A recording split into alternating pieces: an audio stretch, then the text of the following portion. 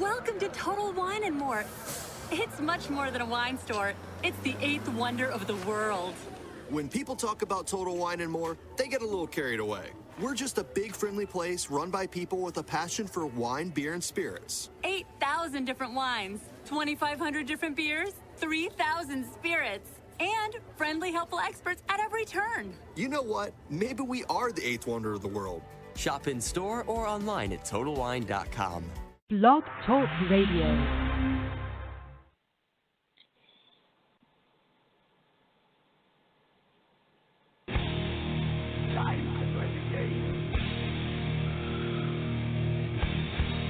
Time to play the game!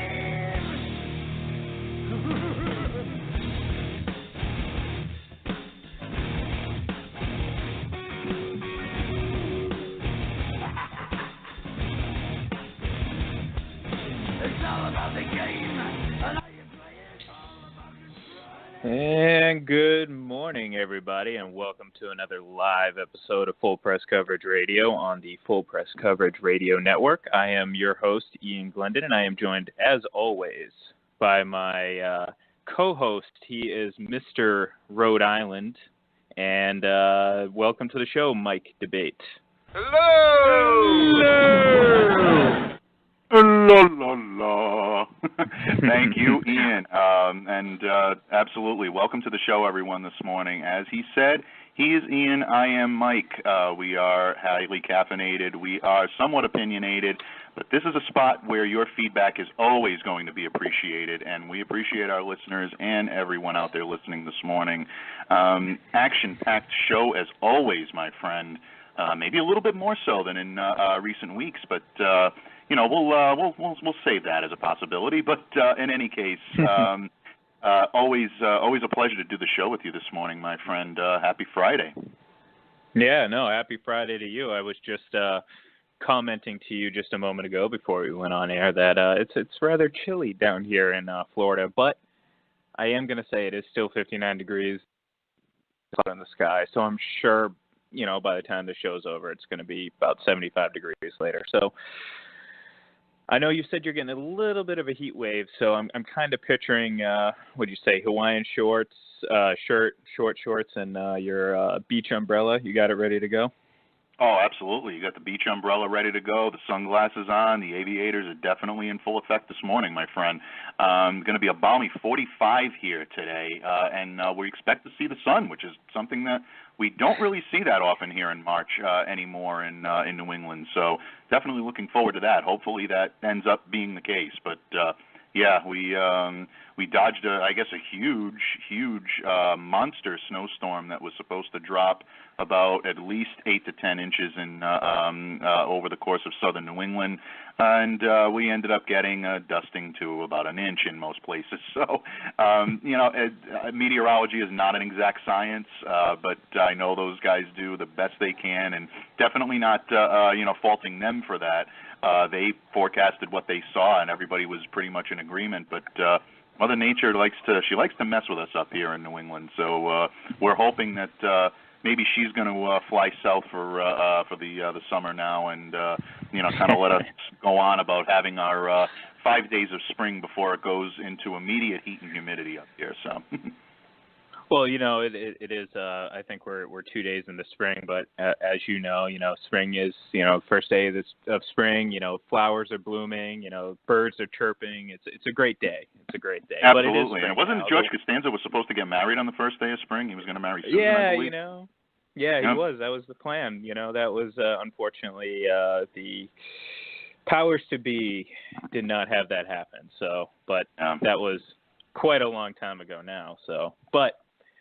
That's exactly what I was thinking of when I started talking about the first day of spring. I was like, yeah, I kind of figured that. Yeah.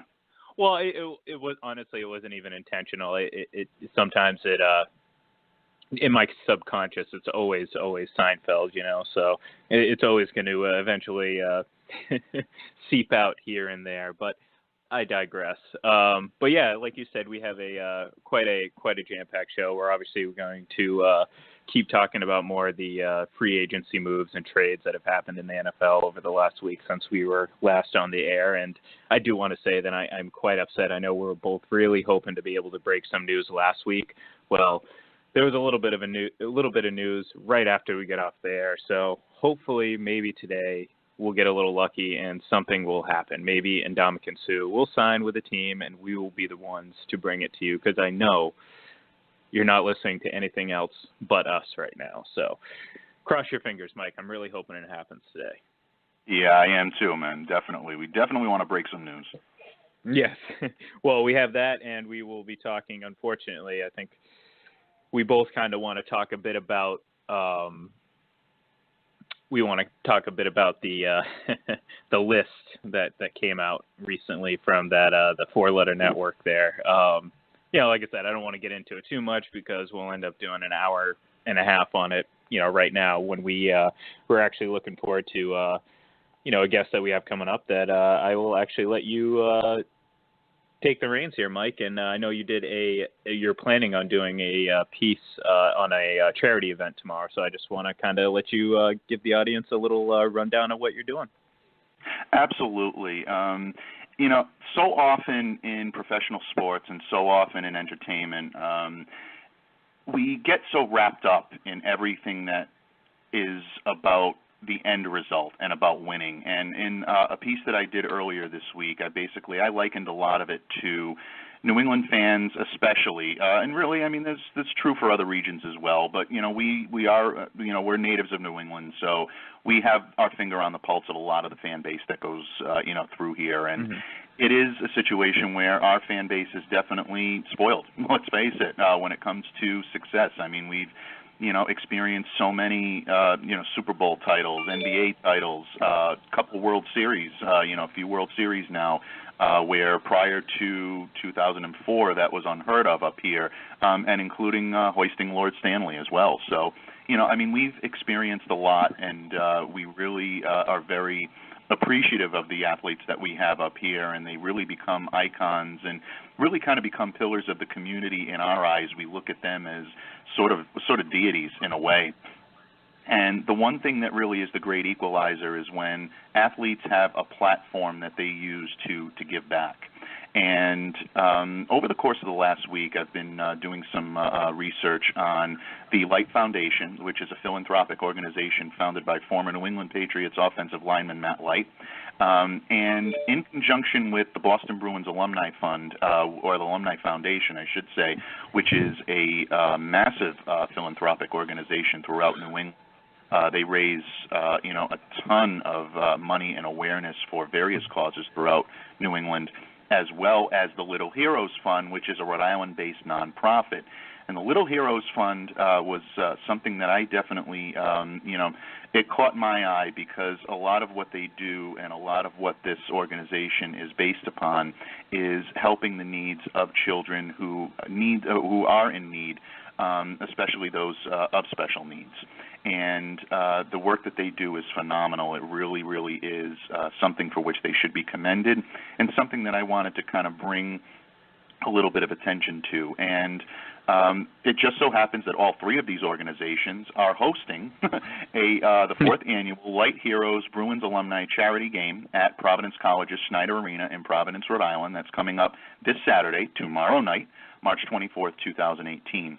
And that event is a great event. It not only provides great hockey action where you see a lot of former Boston Bruins on the ice, skating, and they're going to be skating against some of the great fundraisers that are available throughout New England. A couple of good friends of mine will be skating against the Boston Bruins alumni. I want to give a shout out to Greg Ventura and Paul Nadeau. Paul is actually a close friend of mine from way back in the Little League days. We played Little League for Johnston Little League in Rhode Island. So it'll be great to see him and great to kind of bring everything full circle. But this is a phenomenal event, and it was really something that caught my eye, and reached out to Erik Deneault, who is the Little Heroes Fund Director and the event organizer. And we went back and forth a little bit this week on some of the various things that the Little Heroes Fund has done throughout the state and throughout southern New England. And, really it really is a heartwarming story when you take a look at what these people are able to do. So much of what they do goes under the radar, and I wanted to bring it a little bit to the forefront this week. So that's why I had posted the article, and they were very gracious enough to allow me on-site access to be able to cover the game for full press coverage this weekend. So I'm very much looking forward to that on Saturday night, and can't wait to go and to see a lot of the great athletes that will be in attendance, but also to really help to raise awareness for these three great organizations. No, and it's if you want to check out the piece that Mike wrote earlier this week, you can obviously find it up on fullpresscoverage.com. And no, it's honestly it's a great cause to bring attention to. And I remember as a kid going and seeing Bruins alumni games in Marlboro, or they'd sometimes have them in Framingham, where I grew up, home of Lou Marloni, the Framingham legend. But yeah, so it's like I remember as a kid going to these games and watching guys like Reggie Lemelin play, obviously well past his prime, but, it was still fun. It was always a fun event. And I think, from what you described and what I know of both of these from doing a little bit of research myself, it's going to be a wonderful event. And we're definitely looking forward to talking to Erik here in just a moment. And I know you're excited to be able to go to the game and experience that and bring it to us, which I'm looking forward to the coverage. So, well said, Mike. I couldn't have put it any better myself. So we're definitely looking forward to talking to Erik about that and really really diving into it. And after the show, if you go to the fullpresscoverage.com/radio page, we will have links to all the event and both foundations. So just keep that in mind and surely check it out when the show's over. So, yeah. So like I said, we're pretty excited to bring this to you. Oh, most definitely. Absolutely. And just a little bit of background for those that are in the area, because a lot of our, constituent and fan base is from the New England area. If you are in the southern New England area, the event is, once again, it's held this Saturday at Schneider Arena in Providence College in Providence, Rhode Island, my alma mater, so very, very psyched about that. They just redid Schneider. It's really always has been a fun place to watch a hockey game. It always had that old school type feel from all of the the great memories that Providence College had brought there. But Schneider really, they've done a great job in renovating it, and it's really a beautiful arena. So very comfortable place to watch a game. The event's going to be held from 6 p.m. to 9 p.m. Tickets are $20 for adults, $10 for students with a school ID is shown, and free for children under 10. So it's a great place to take the family, and not too late. It's over by 9, so you can get the kids to bed in a reasonable hour. But guests are going to have a chance to meet former Bruins, as well as some special celebrity guests. You never know who's going to show up at these things, and we mean that in a good way. And it will really be a great event for really fun for the whole family. If you're a hockey fan, or even if you're just a fan of great organizations that do great things for great people, this is really an amazing opportunity to do that. So I definitely encourage you to check out littleheroesfund.com/Bruins-hockey-game, or you can also purchase tickets through the web at eventbrite.com. Go to the Little Heroes Fund icon, and you can click on that, and you can purchase tickets through there. And I do believe they'll be available at the door as well. We can ask Erik when he comes on with us this morning. But definitely a great opportunity and a great just a great way to help give back and really support three great organizations that really they give from the heart, and as so many nonprofits do. But these three charities in particular, you really see the work that these guys do really at work in the community. And me being from Rhode Island, I can tell you firsthand, especially the Light Foundation and the Little Heroes Fund, not to lessen the Bruins alumni, but these two organizations are based right within Rhode Island, and you can see the Light Foundation has raised more than $5 million for various programs and initiatives for providing youth with unique outdoor learning experiences that assist them in reaching their highest potential. Really, something that is very near and dear to the cause of Matt Light, former New England Patriot, who really has become a pillar in the community as a result of the work that he's done with the Light Foundation. With the Little Heroes, I can't say enough about the work that Erik and his wife Dawn have done. They're inspired by their daughter Danica, who is of special needs, and what they do with the special needs community is amazing. They help to secure children who need walkers, wheelchairs, physical therapy tools, and also toys that they can use safely and be able to have fun. They've helped to build wheelchair ramps and helped construct adaptive handicapped accessible home modifications. These are amazing, amazing things that these organizations have done, and I can't say enough about it. No, and I agree, and it's people that have fortunately not have to deal with some of these challenges often don't get to appreciate some of the little things that we have access to and have the ability to use and are easily being able to do things without thinking about it, where it's like some kids aren't fortunate enough and have to deal with these struggles at an early age, and whatever we can do can help.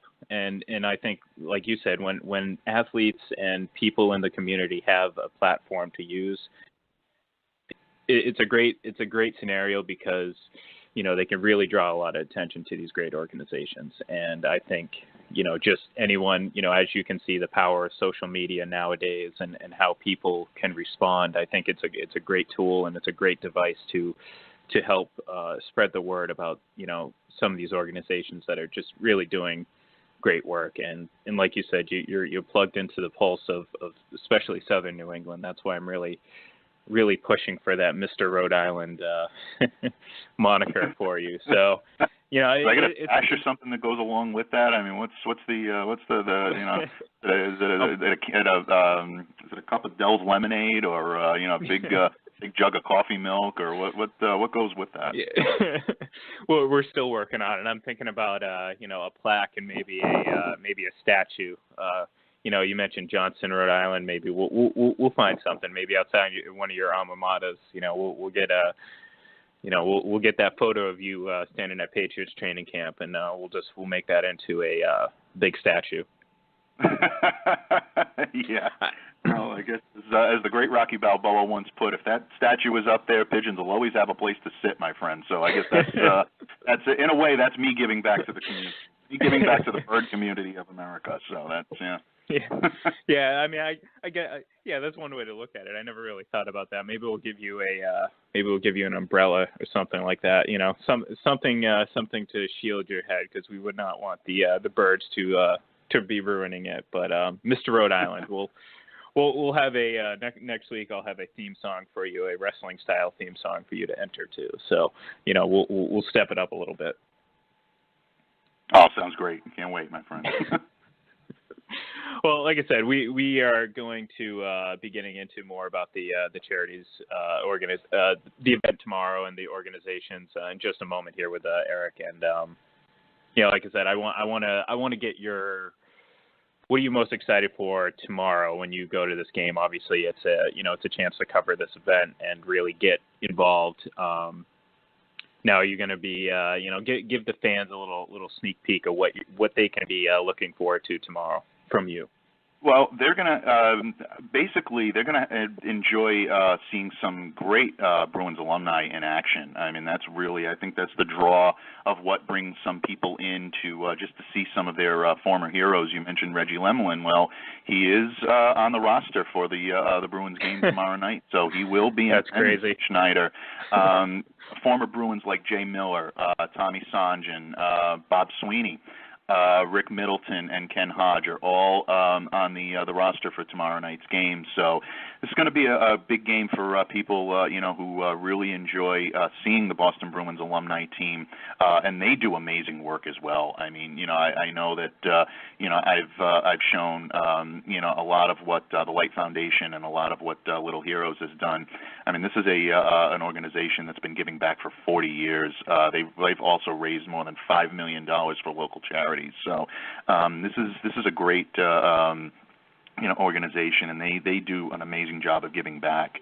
So that's obviously something that a lot of people for anyone who's a hockey fan to see some of those greats on the ice will really be excellent, and in a very intimate setting. Schneider gives you a little bit more of closeness to the ice. Rather than just the TD Garden, which is a little bit bigger, or even the Dunkin' Donuts Center in downtown Providence is a little bit of a bigger arena. Having this at Schneider really kind of puts the fans right in there. But there's a lot that's going to happen as a result of the game. Folks that go to the game, they're not just going to be able to see a great game on the ice, but they're also going to have numerous sources of entertainment as well. Music students from North Providence, Rhode Island's School of Rock, they're going to be displaying their talent before and during the intermissions of the games, and even during the game a little bit. So definitely looking forward to hearing some of these, great kids, show their musical prowess.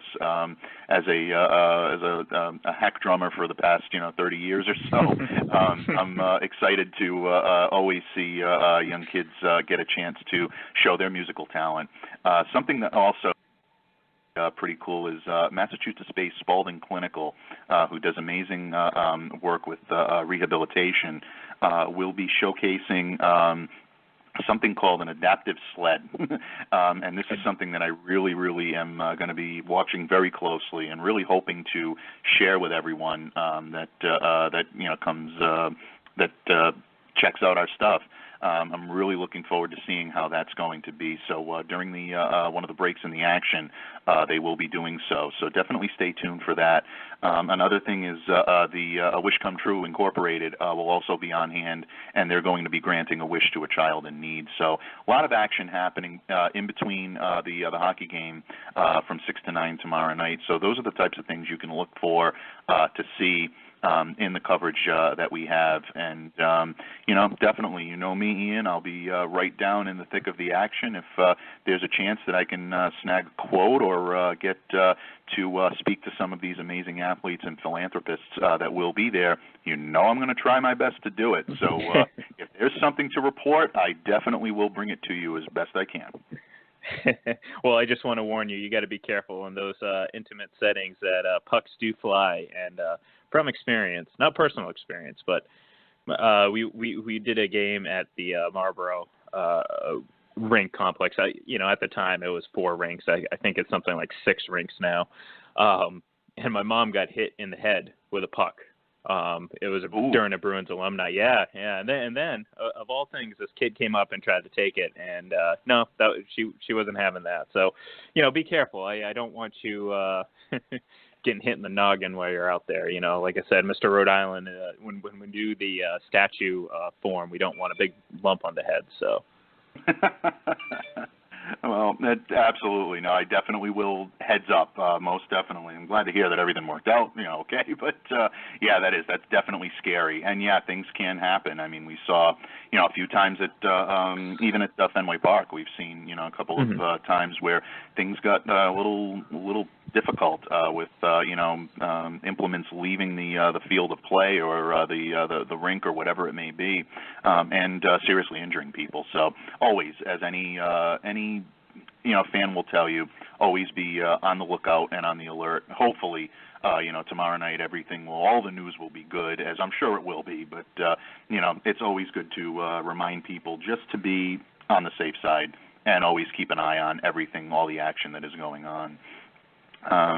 There's going to be there will be some prizes and some giveaways as well. From what Erik has told me, I think there's even going to be a shootout on on the ice where someone may have a chance to win some pretty snazzy transportation. So this really will be a great opportunity. And when he told me that, it reminded me of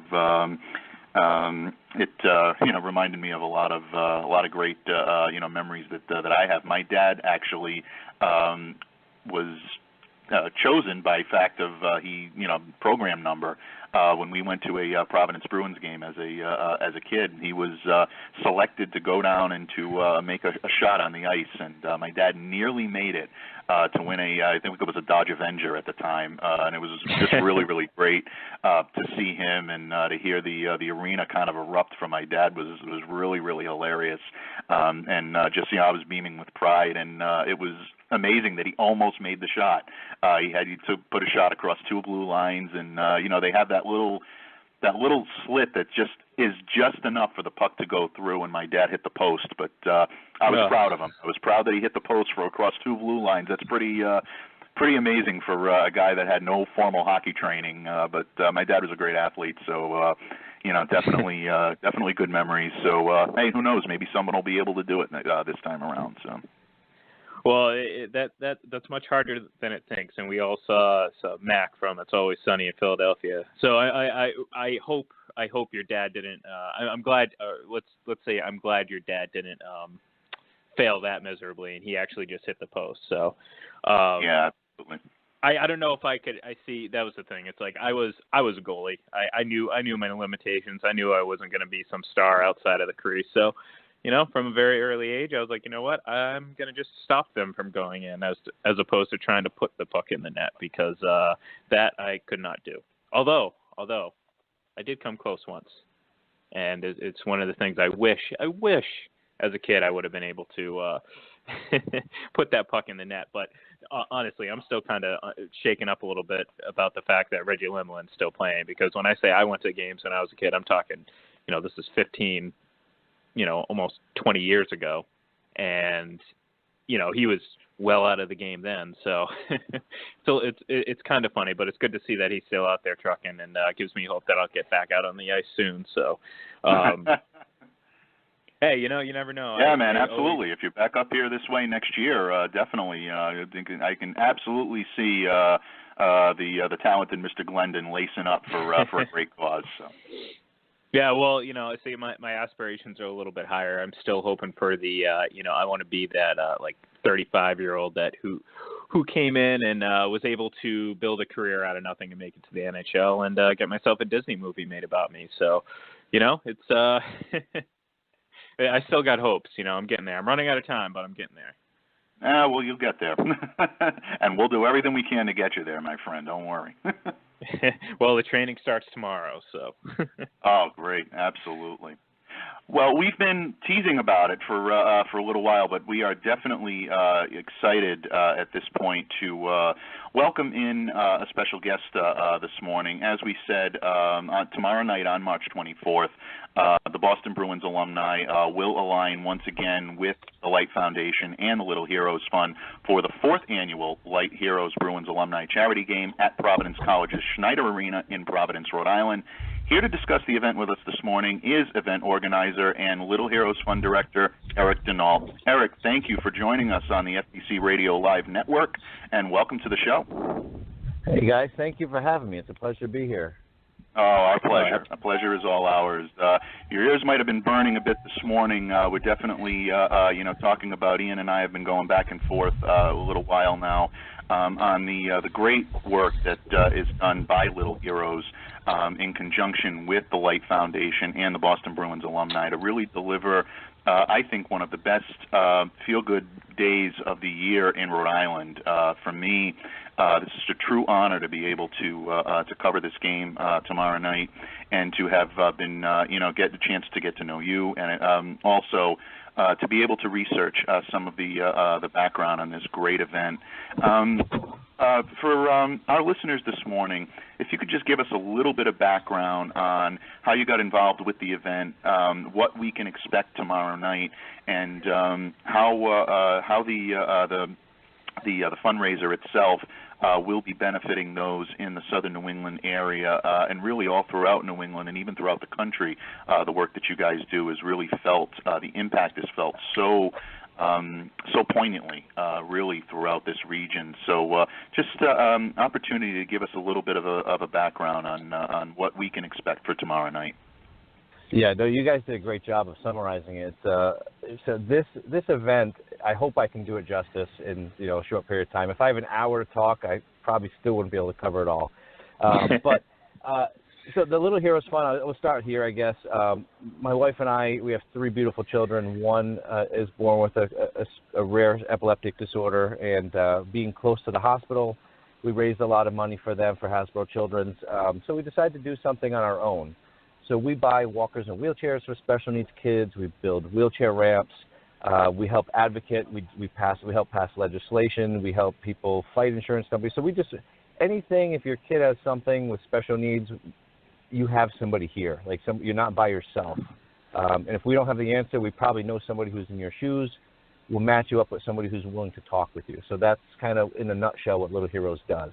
The Light Foundation. Matt is a huge champion to kids. He is an inspiration. He's an idol. He does every minute of his free time. He's trying to better the world. So his camp in Ohio, he helps people in Massachusetts and Rhode Island. And if you've met him, he's a genuine, one of the best people on earth. He's awesome. So 4 years ago, a friend of mine, Bob Lafredo, decided to he was friends with Matt Light. Bobby decided to put on a hockey game. He needed a few extra skaters. He asked me. And from there, we kind of just thought that both of our groups, my organizing skills and my team's ability to host a game, would basically, we do all the heavy lifting for Matt. Matt puts his face on all the marketing and does all the heavy lifting with the accounting and his PR firm, the Goodwin Group, and his staff at the Light Foundation. So it's a really great marriage from both of our groups. And this has grown into one of Rhode Island's, I think it's the largest, or one of the largest Boston Bruins alumni games in New England. What's special about our game, I'm sorry if I'm rambling, but I hope I'm doing a good job here, but no, go ahead.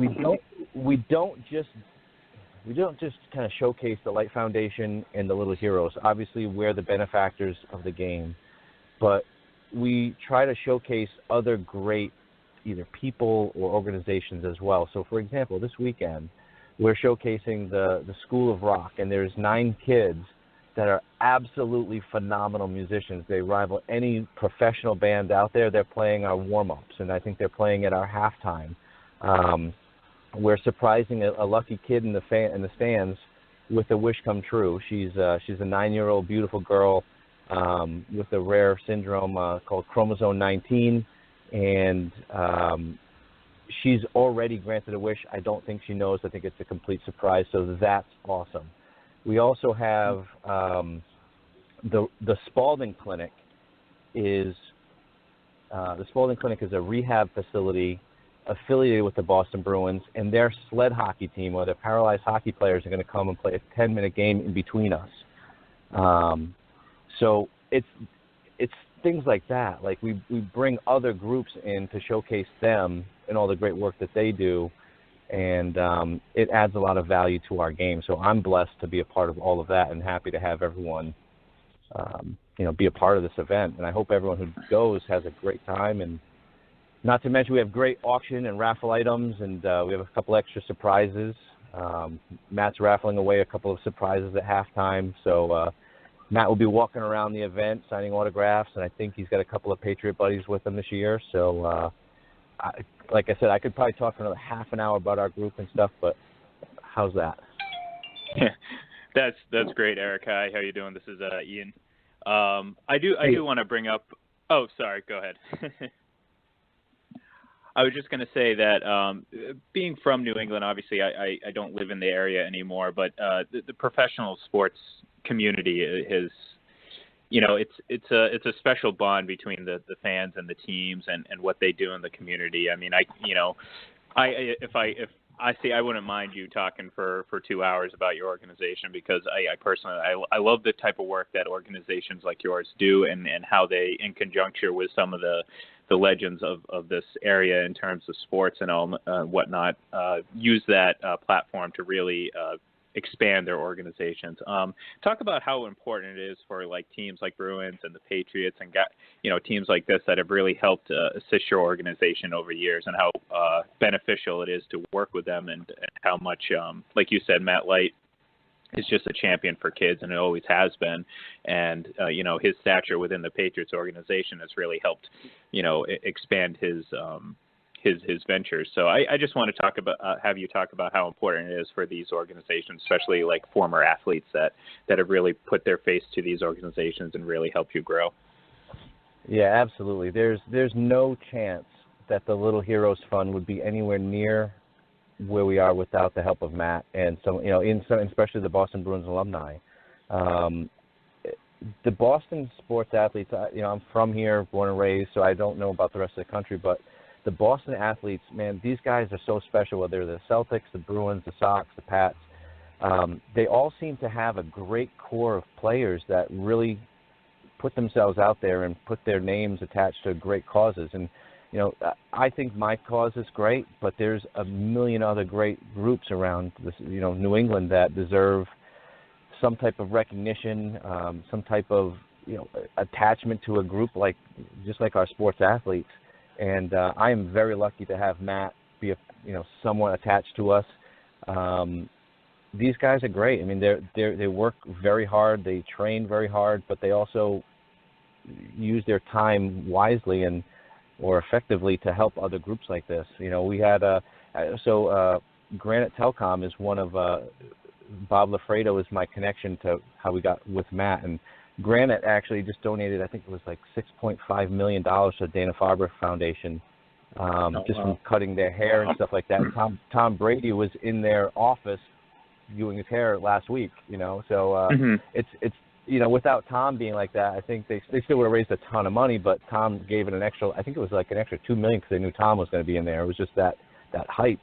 But it's, it's sports athletes like that man really put the pedal down on some of these nonprofits and bring them front and center and help them get to do the work that they're able to do.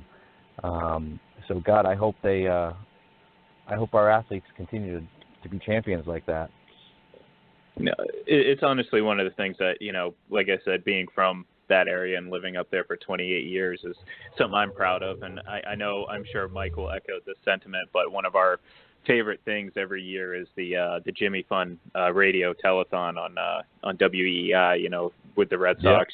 Yeah. Over the course of those 2 days, they raised millions and millions of dollars for, just great causes. And it makes you, there's always something about seeing Zdeno Chara in a big bunny costume that just, makes me laugh, and it warms my heart a little bit. So,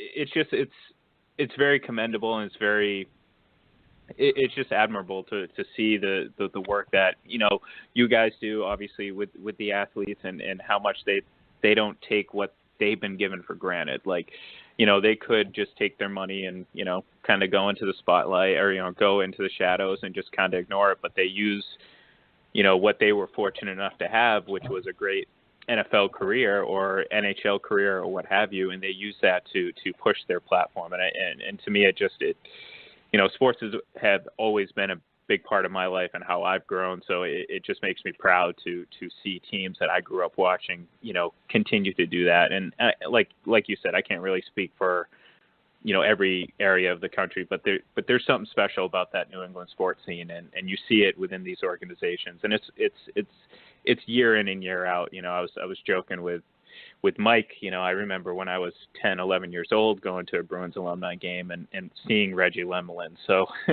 the fact that he's still out there doing it, it makes me happy. It really is a great thing. These guys they're normal guys. They love the sport. First of all, we'll talk about the Bruins alumni. These guys just truly love the game. They love to play. They love to put their name on causes like ours. But at the end of the day, so at the end of the game, we're going to actually treat these guys to a nice, I forget what the dinner's catered for them, but they'll grab some food and then they'll come hang out with us for an hour or so afterwards, and they'll awesome. bring their the Stanley Cup rings, and they're just normal guys, and they're very humble, and we are very blessed that they're coming down to Providence this weekend, and just giving us a chance to hang out with them for a little bit is just terrific. And same thing with Matt. I mean, I really can't. I hung out with him. I helped him out with the celebrity shootout. He actually has another great event, the Fool's Night Out. If there's any tickets left, you guys need to get on mattlight72.com and check out his Fool's Night Out. It's usually one of the coolest comedy shows around. They pull off great pranks and stuff like that. But he's a prankster, but he's a genuine good guy. He's going to be there this weekend, and he'll talk with you for 5 minutes, 10 minutes.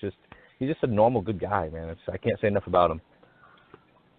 Yeah, no, I think, Erik, in terms of what you said, I think you hit the nail right on the head. I think in the piece that I did earlier this week, I put, essentially everybody wins when you give back, and I think that's what this event really is really kind of the showcase of what we wanted to achieve with getting some awareness out there about it, but also letting people know and letting some of our fans know, how great it is to have athletes come together with nonprofit, with their fans, with children, and really just all work together toward a common goal, and that is helping those in need. And when that goal is accomplished, there really is no greater success.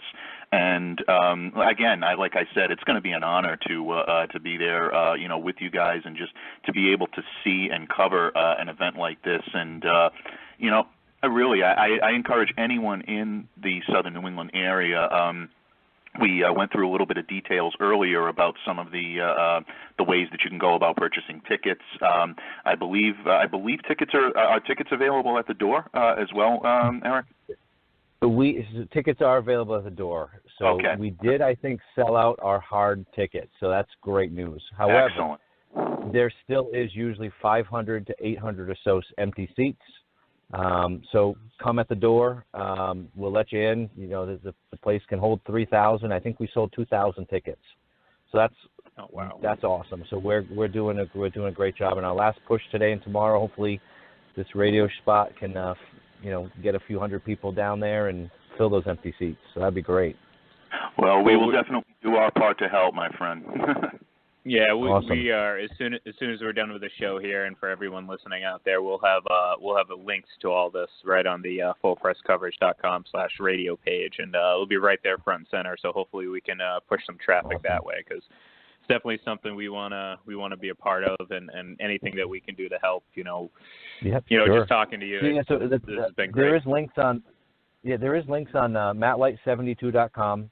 You can buy online tickets through Eventbrite, and or our organization is the littleheroesfund.com.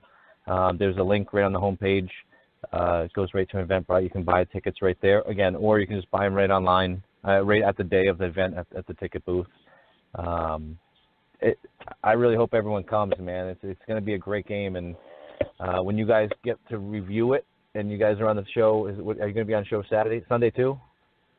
We'll definitely review on. We host our show once per week, every Friday. But we will be putting a lot of promotional muscle behind this over the weekend, no question. My game recap and my event recap will be up on fullpresscoverage.com on Sunday. For everyone who likes to read the newspaper on Sunday, definitely check out fullpress.com, because it will give a great recap of the game. I will be doing a very in-depth profile on Erik's hockey skills that will be on display on Saturday night. So I'll be critiquing your game, my friend. Definitely bring your A game. No, I'm just kidding. No, all kidding aside, It really is just I'm like a kid in a candy store in terms of being able to cover this event, not because of what and not even so much because of the action that's going to be on the ice. It's really a chance to see in action how professional athletes and athletes in general can really brighten the day of children that are in need, because at the end of the day, that's really what this is all about. When Ian and I first started talking about this event and seeing the great things that were done, I mean, it became a no-brainer that Full Press really wanted to do what we could to help you guys out in any way that we can. So if we're able to at least get a couple of extra eyes on the event, then we've definitely done our part, and we appreciate the opportunity that you've given to us to be able to help you guys in what is an amazing endeavor. So. Yeah, you hit that right on the head there. You hit that absolutely on the head. You know, the hockey game is great, and I hope we entertain everybody, but in my heart, my eyes, it's almost secondary. You know, like I get goosebumps. I can't wait to see the Spalding Clinic guys play and give them time on the ice with the Bruins or with, you know, to shine. I can't wait for us to surprise that kid with a wish come true. Last year we did that. It was a complete surprise to the family, and we got the mom and the dad crying at, you know, at center ice or something like that. You know, the game is secondary, to be honest. You know, even though it's going to be great, like, it's stuff like that. It's to see the School of Rock shine in front of 2,000 or 3,000 people. That's what makes, you know, that's what makes it all worth it for us and all of our players. We just want to help the kids and just make sure we raise enough money, as much as we can, to do as much good. And the game's just our vessel to do it. You know.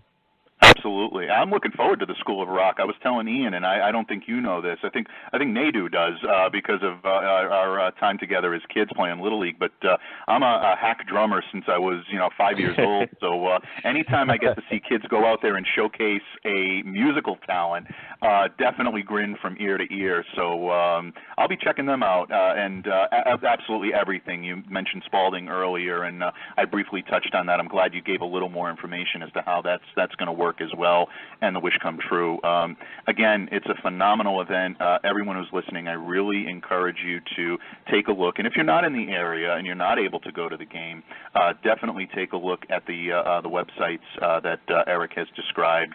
Definitely a good opportunity to be able to see exactly what these organizations are able to give. Again, it's mattlight72.com for the Light Foundation, littleheroesfund.com for Erik's organization, and of course Boston Bruins Alumni can be found all over the web and social media. Twitter handle is at NHL Bruins Alumni, and they're available on Facebook as well at Boston Bruins Alumni. So Erik, from the bottom of our heart here at Full Press, thank you for allowing us to become a part of this. It's truly an honor for us to contribute in any way to such a great cause, such a great organization. I have absolutely enjoyed the opportunity to get to know you over the last few days and weeks, and I look forward to seeing you guys tomorrow night, and best of luck to all the athletes that are going to be in competition tomorrow night, and just everybody have a great time. And Erik, if there's anything that you want to promote before we let you go here today, please, by all means, the floor is yours, my friend. No, we'll promote it all tomorrow. Just take a look at Little Heroes Fund and Matt Light 72. He does a lot of great stuff. And guys, thank you very much for your time. Absolutely appreciate everything you do for everyone. Thank you. Oh, thank you, Erik. Feeling is mutual, my friend. And I'm looking forward to reading Mike's scouting report on you. Have a great day. Yeah. Excellent. See you guys tomorrow. Have a good one. Thanks, Erik. Take care. Bye. Oh, that was great. That was great. It really is such a great. Oh, go ahead. It truly is. I mean, it really is it's great. And you can hear in his voice as he describes what he does, the passion behind it. And that's really what struck me. From the minute I started talking to Erik about this event, and from the minute this came together, which really came together very quickly, it was really something that was brought to my attention, and through, mutual friends, we were able to make a connection, and we were able to, see a little bit beyond that. And from the first time I talked to Erik, you can tell it's something that's in him. It's a passion of his. He's inspired by his own family, his own daughter, and the courage that she shows every single day. So just really our pleasure to be able to do anything that we can to shed light on the situation, and the Boston Bruins Alumni Foundation and the Light Foundation do amazing work. So yeah, we're just it's Full Press honor, I think, really to to be a part of this. No, absolutely, and unfortunately, I wish I could be up there to watch the game myself, but I know you're going to do a plus job covering. Yeah, well, we will be covering. Erik has graciously allowed me to be able to take some video during the game. So we do have a new YouTube channel, which I'll let my esteemed friend and colleague plug in a moment. But you can catch some of the a little bit of the action if you'd choose to do so. We will have the opportunity in conjunction with the follow-up article. So yeah, I mean it's going to be good. It'll be very good Sunday entertainment, and in the week to come. So hope it helps to raise awareness, and even after the game is over, definitely continue to check out the charity work that all three of these organizations do. It's just it's not only humbling but fulfilling just to see what athletes and philanthropists and just people in general can do when they come together to give back.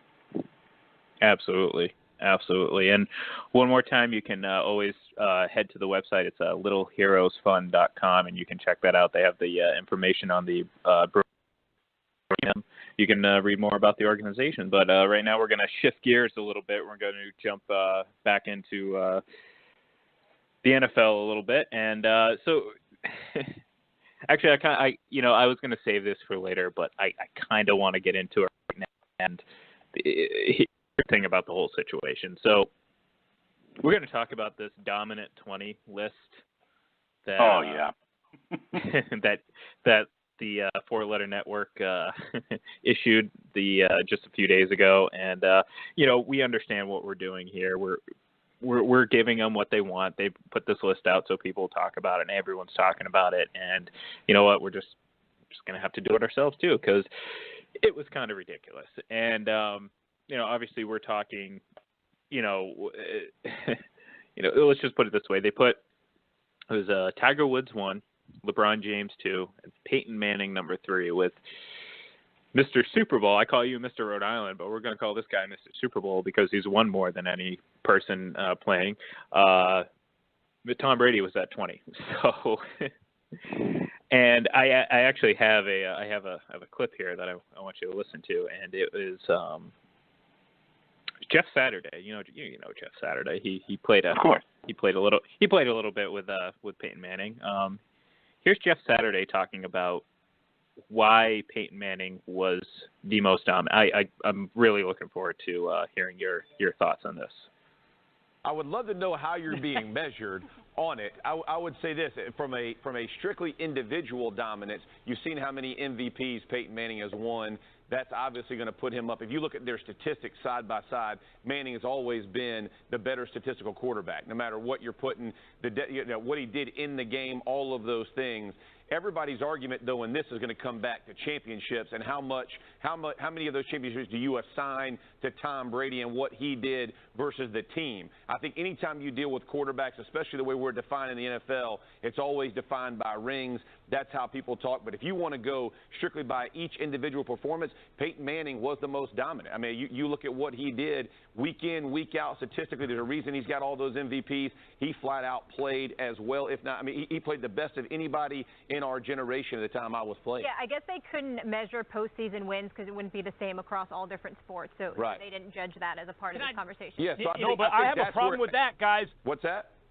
Jeff, I have a problem with that, Jeff, because forget about whether it's Belichick or Brady and all that kind of stuff. I'm just talking about how your performance is normally versus how it is in high-leverage moments.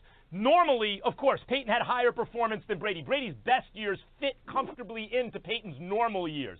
But that's not looking at high-leverage games. Brady has either remained himself or elevated usually under pressure. Recently, he's actually elevated. Peyton clearly was... Is that who I think it was?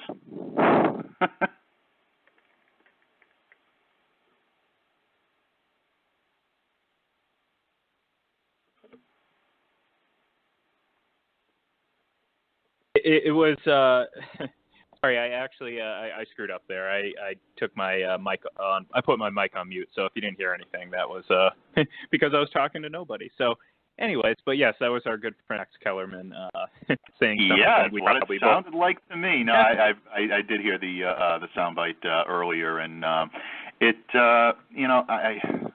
can I actually say the words? I am in absolute agreement with Max Kellerman. I don't think that's ever happened before. No, I mean it to me, Yeah, I mean, let me cool down a little bit first. I'm gonna let you have the charter here, my friend. Go ahead and give your take on that, and then I'll collect myself, and then we'll go back at it in a minute. Well, this is kind of how I felt. George is getting upset. Yeah, it's kind of that's pretty much where I am right now as well. Listen, I'm sorry. Go ahead. No, I was just going to say, and I kind of laughed because I didn't hear this right away because I generally don't watch or listen to that show. But it was funny to sit there and I get it. I mean, Jeff Saturday, obviously, him and Peyton Manning,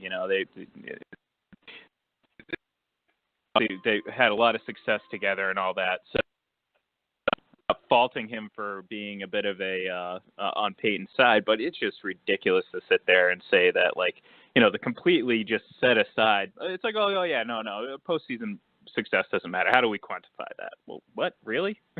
Like, how do you quantify it? I quantify it by Tom Brady being the most dominant playoff performer in the NFL, in not just the last 20 years, but in NFL history. And Jeff Saturday's kind of dancing around the question, like trying to say, how do we, attribute what to, Tom Brady or the team? And it's funny because it's like, if any quarterback needed a Super Bowl attributed to the team's success, it would be Peyton Manning in his last Super Bowl in Denver. So it's just, I just found it really funny. And like, really the sad thing about this is like, this isn't even like, this might not be the most egregious thing on this list. Yeah, absolutely. I mean, to me, you want to talk about individual accomplishments. You want to talk about dominance. Where's Michael Phelps on this list? Yeah, that's exactly. Really. I mean, if you take a look at what dominance really is, all right, you want to knock Brady for being a product of the system, quote unquote, which that leaves such a bad taste in my mouth when I say that. But I mean, it's whatever. It's ESPN and their analytical mumbo jumbo and their methodology and all that, and the best single performance metrics and all that, and defense adjusted yards above replacement, and I don't want to hear this junk anymore, which is basically exactly what it is. It's fitting statistics into your own argument, and we've seen so many quote unquote journalists do this to try to make it seem like they're a cut above or they're at a higher brow than some other people. Scott Kazmar, excuse me, excuse me, I got a little Kazmar, I got a little cough and a little sneeze. I'm sorry if that came across. I think it's that weather change. Yeah, this is essentially I got to get those terrible germs out of my system. But getting back to what I was saying anyway, you look at these guys. At the end of the day, I mean, is it crazy to say that Manning dominated the NFL at a higher level than Brady during the regular season? No, it's really not crazy. If you take a look at the statistics, then, Brady's numbers didn't really start rivaling Peyton, who I call the greatest regular season quarterback in quotations, arguably. But the Patriots really Brady didn't start really rivaling his numbers until he started dominating the Patriots. Really, in the 2007 season is when you first saw Brady take off in the regular season. But if you ask me, I think Brady's 196 regular season wins, 25 playoff wins, 8 Super Bowl appearances, 5 Super Bowl wins, 4 Super Bowl MVPs, those are all NFL records. I think they speak for themselves. And to me, if you're going to look at dominance, you look at those stats, it's hard to argue with it. I don't care what these acronym-type statistics or these combinations or these, mathematical, formulas are going to tell you. Use your eyes, use your common sense. I think we all know who the most dominant quarterback is in NFL history. Whether the 4-letter network is going to give them the worldwide leader, quote-unquote, is going to give him his just due. It's just not going to happen.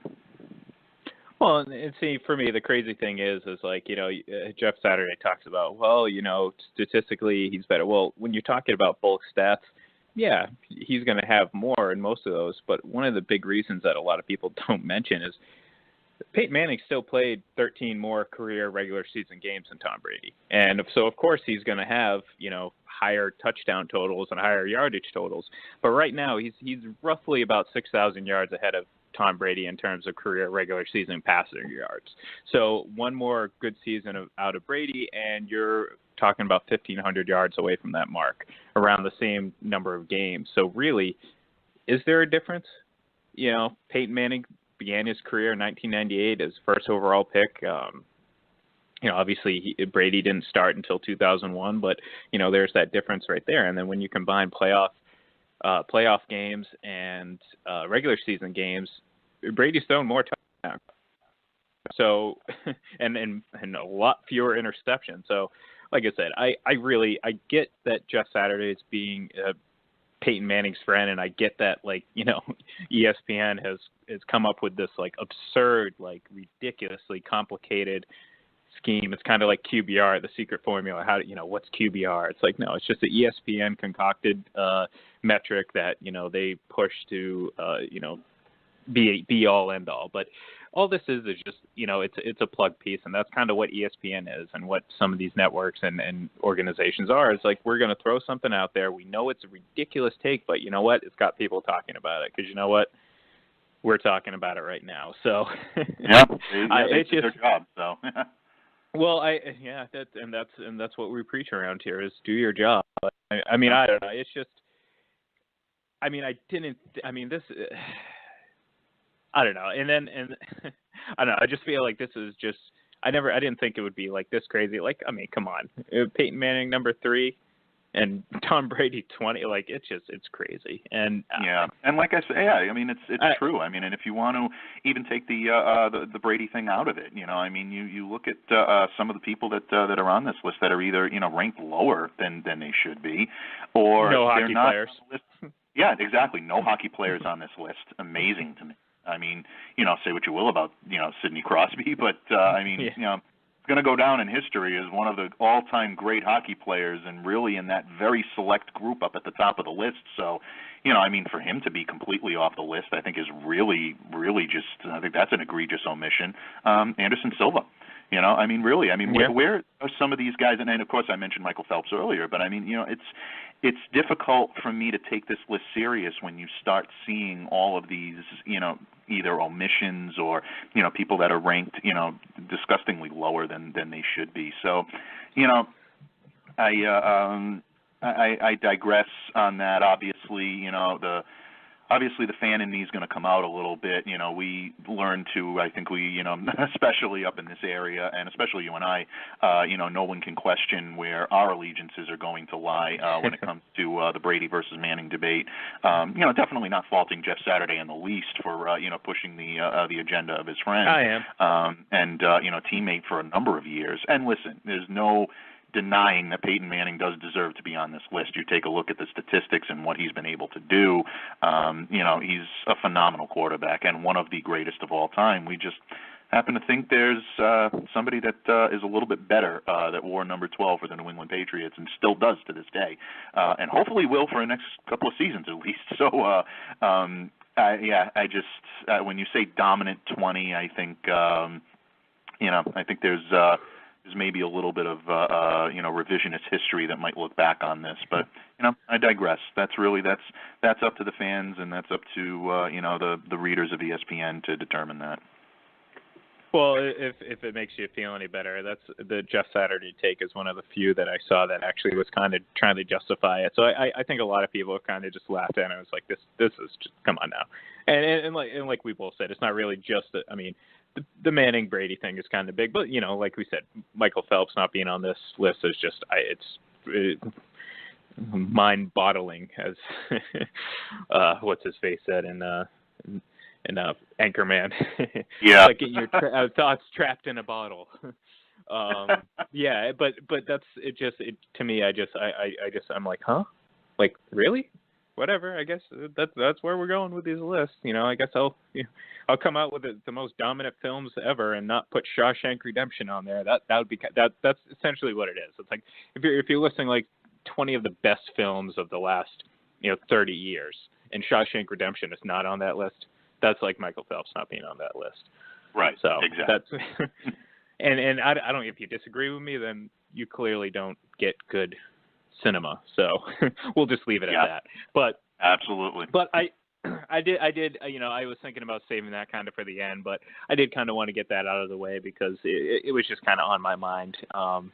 Before we kind of dive into strictly that, we'll end the show. We'll do the rest of the show talking about the NFL. But I did want to kind of get that off my chest a little bit. We had a good talk with Erik, and then I had to make sure I got some negative thoughts out of my head. So we got this, it allows you to clear got the it air. out of the way. Yeah. You allow me to clear that cough, that nagging, annoying, condescending, elitist cough that just, is right, in the pit of my chest. So I thank you for letting me get that off. I'm sorry, it keeps coming back, but it's all right. I'll take some Delsum. That'll douse the fires, I'm sure. I was going to say, I think you're showing your age a little bit. Yeah. That's Mr. Rhode Island for you folks. But, thanks, bro. But yeah, so I appreciate it. So last week we talked a little bit about some of the big free agency moves because this is coming right off of the Tuesday and Wednesday rush that we had, and we talked Kirk Cousins and all that. Some of the other moves that actually just happened just yesterday was Jason Pierre-Paul getting traded to the Bucks, and that really shakes up the draft, I would say. I mean, in a way, it kind of throws a curveball in there because it was kind of a move you didn't see coming. I know Tampa was in search of defensive end help prior to the trade. I'm pretty sure that they attempted a few, and they had just signed Vinny Curry, formerly of the Falcons. So, of the Eagles. I apologize. So, Mike, what do you make of this move in particular? One for the Bucks and two for the Giants, and where do you think that they go with that number 2 pick? Yeah, it's definitely, I didn't see it coming, but when you start to evaluate and you start to take a look at it and you start to really realize what the Giants are doing and in terms of their off-season approach and kind of, remaking the team now, it makes some sense. I think me personally, I think this means they're going to hold on to the pick, and I do believe they're going to take Bradley Chubb. A lot of people are arguing, against that, and I see it. I do see, that this could possibly make them want to, trade with the Buffalo Bills. I know word immediately broke yesterday that the Bills were frantically trying to contact the Giants and trying to work something out. Only time will tell, but I think that's exactly where they go. For the Bucks, it gives them a premier defender, someone that can definitely play with the best of them, and he has done that in a Giants uniform. So we'll see. We'll see what comes out of the mix. But if I'm a Giants fan, with the moves that they've made the last couple of days, I think there's some excitement, in East Rutherford in terms of what they're going to do, and maybe not having such a lengthy rebuild in terms of what they originally might have thought based on their finishing position of last year. But it definitely was an eye-opener to say the least when I saw that JPP was on his way out. But when you start and you take a look at it and you evaluate what they were able to do, I think it does make some sense. So we'll see. What's your take on this, my friend? Well, my take is that any hope that the Colts had of drafting Chubb is probably out the window at this point, and I'm sure that's. Oh, what a shame! Yeah, cry me a river. I'm really losing sleep over it. No, and that's kind of that's my vindictive side in me that just immediately that's the thought that goes to. But like I said, and I kind of agree. I agree with a lot of what you said. The Tampa defense, getting to the passer, getting it to the quarterback in particular, was horrendous last year. And living down here, I do get a little bit of the local vibe Not much, but a little bit of it, because there are fans of a lot of other teams down here as well. But yeah, I mean, this is just coupled with the Curry move. I mean, this is just another way of building that defense, because I mean, a lot of us. I mean, I thought last year that the Bucks were going to have a pretty good season. I thought they were going to take the next step and possibly win that division.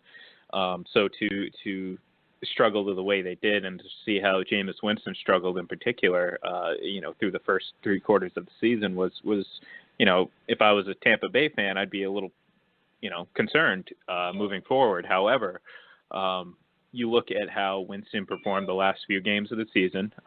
It's very encouraging. He kind of seemed like he was getting a little bit back to the what he was showing prior to the bad stretch to start the season.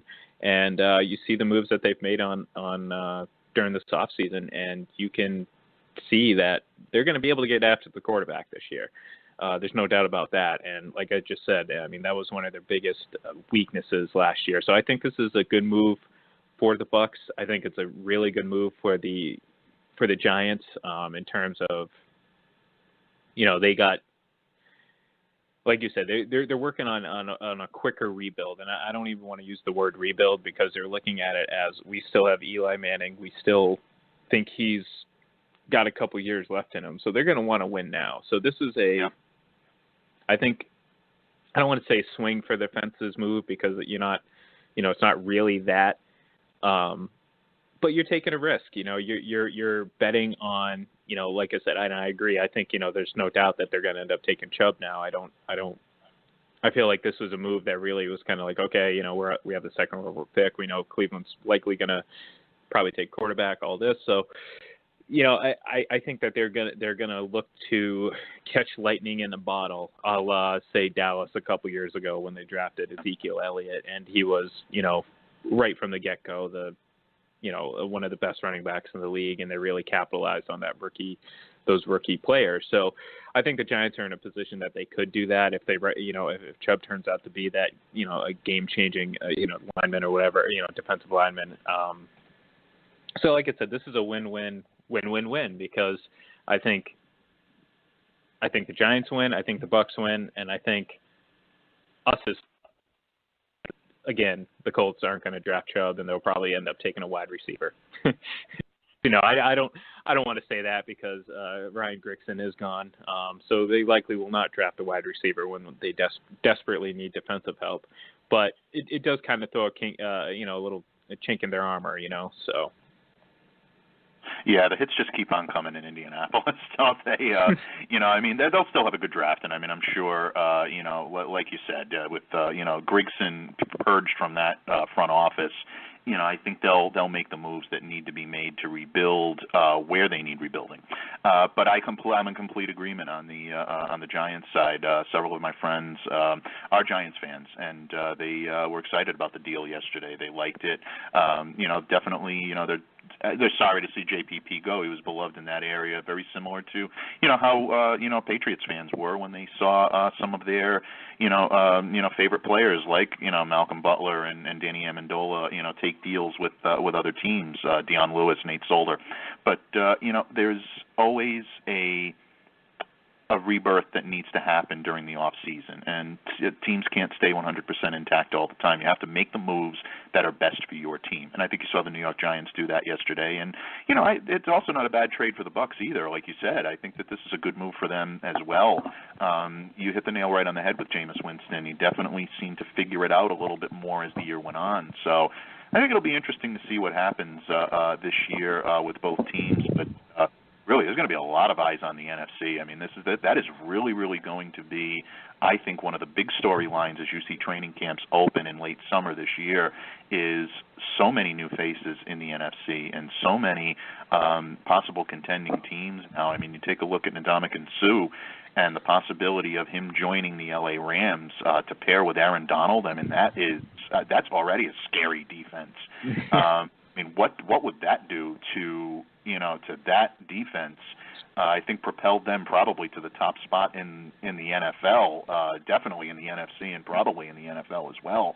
I don't see anybody in the AFC that would be able to challenge that. So It's going to be interesting. It always is. The NFL always seems to deliver, these types of dramatic storylines that really just makes our job, that much more rewarding and keeps us on our toes and keeps us busy, bud. No, and that's the thing. It's like the NFC is going to be a dogfight. I mean, you talk about. I mean, I can name. Right off the bat, you talk about the Eagles, obviously, probably. Yeah, I don't want to say they got better. I mean, I think they're a really good team, so I think they pretty much stayed the same, which is great for them. You have the LA Rams, you have the Vikings, the Saints have gotten better. Falcons are the Falcons. They're still a good team. Obviously, you have Aaron Rodgers and the Packers. It's still a good team. So there's going to be a lot of strong teams in the NFC West, and of course the wild cards are in the NFC in general. But the wild cards being like teams like San Francisco. Yeah. That's Absolutely. the thing. It's like you saw a 1-win team win 5 in a row when Jimmy Garoppolo took over. So it can really, and they could be. If we're going to sit here now and then a year from now sit back and be like, oh, well, San Francisco was probably the first or second best team in the league or in the NFC last year, that honestly wouldn't surprise me. But if you told me that they were middle of the pack, that wouldn't surprise me either because we really don't know. So it's kind of a wild card. On the AFC side, and I think especially now after we're about 12 days removed from that free agent frenzy and some people on the verge of like you said, jumping off the Tobin. I think it's pretty clear that the Patriots are still the best team in the AFC. And I still say that, with respect to, the Eagles winning the championship, I'll give them the nod for the best team in the league. But I still think the Patriots are the second, maybe third best team in this league right now as it stands. And I think a lot of that has to do with how they responded to losing the players that they did and realizing that, yes, this is how they operate. So it's No, yeah, go ahead. Yeah, without question. No, I was just going to agree with you and say, yeah, without question. I think that, for everyone that was, and I know we like to use that term, perched on the edge of the Tobin, after we lost Annie and after Dion left and Solder, I think, was the one that really started to put people over the top. You saw a lot of, the moves that they made. Me, on a personal level, and definitely I know yours is, equal, definitely happy to see Matthew Slater coming back. I think absolutely. The lift that he provides in the locker room, to say nothing of the fact that he's one of the best on-field players at his position, and his role in the NFL. What he brings to the locker room is tremendous, and for a locker room that is so maligned this year, whether it be valid or whether it be invalid, that's really, I think, what he brings to the table, and just a great, re-signing. And again, we talked a lot about, them bringing in Jason McCourty again. Adrian Claiborne coming on board, Jeremy Hill. Jeremy Hill, within hours of signing his contract, was already trying to, recruit players to come to New England. So these guys, they buy into it immediately. And, Bill Belichick and the coaching staff have a knack of being able to identify these guys that are going to fit in with their culture as well as in with their team. So until they prove that they can't do it anymore, you always have to give them the benefit of the doubt. And again, yesterday, another great move by bringing back Adrian Waddle, keeping stability on that offensive line, which is desperately going to be needed, with the loss of Solder, and that really helps tremendously. So, I do agree that they're still the best team in the AFC, and probably one of the 2 or 3 at worst best teams in the league. So, hopefully it'll shake out that way for us selfishly. But like I said, until another team proves that they're going to be able to take them out, you have to go with the team that's on top. Well, I look at on top of the number of draft picks that the Patriots have going into this draft this year, they also have 2 guys coming back that didn't play at all last year, and you have Antonio Garcia, the lineman, and also oh my God, I'm completely, I just brain fart. I completely lost my train of thought. I think I was still thinking about that. Ian needs for the brain this morning. Derek Rivers. Wow. Yeah, no, but you get Derek Rivers and Antonio Garcia back. I mean, you get a guy that was drafted to be that young edge, spell the edge rushers type of guy, and he misses the entire season. Well, both of them should be back next year. On top of the the number of draft picks we talked about it last week. They have something like 6 in the top 100, so they're going to have a chance to replenish this lineup even more so than what it is now. And it's just another Patriots offseason where I look at the addition of a guy like Patterson, who, he is not the first round talent that he was drafted to be, but that's of no fault of the Patriots. In fact, they traded out of that spot to give that pick to the Vikings so they could pick Patterson. But, Belichick and company, they brought Patterson in to do something. And, my thought being, obviously, if you make the obvious connections, he's going to be their kick returner. And he's a better returner than they've had in a very long time. And I'm talking, consistently by, year average yards per gain or yards per attempt, every time he gets a kick return is higher than 95% of every Patriots player, except for Dan Conley, who actually averaged 30 yards an attempt in 1 year. That was greatly added by one majestic, fantastic 71-yard kick return. But those the greatest kick return by an offensive line. Unbelievable off the charts on Thunder Dan. It was the most incredible. I still laugh to this day because I think part of the reasons why he got so far was people were so shocked that he was actually running that they didn't even bother trying to tackle him. They were just like, what? Oh my God! I think that's actually it. Like the whistle must be dead or something, Probably looking around, going, no, there's no disrespect to Connolly. I mean, he did a great job while he was here, and was definitely a fan favorite as a result of that. So well done, great memories, man. Well, I do want to. You did mention Ndamukong Suh not too long ago, and I do want to say if Ndamukong is listening right now, which I'm sure he is to this show right now. Oh, of course, all the time.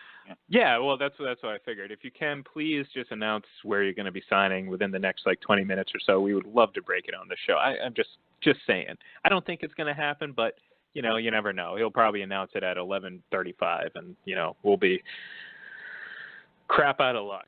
Let's put it that way. Yeah, I know. I mean, well, if he's listening, he can call into the show and break it right over the air, right from straight from Sue's mouth. I mean, that'd be pretty intense. I got to be honest, I'm not liking the chances on that happening, but yeah, you never know. It's possible. Hey, yeah, like I said, you just got to be positive. You never know what's going to happen. You never know who's going to end up calling in to break some news. Hopefully, hopefully he's listening.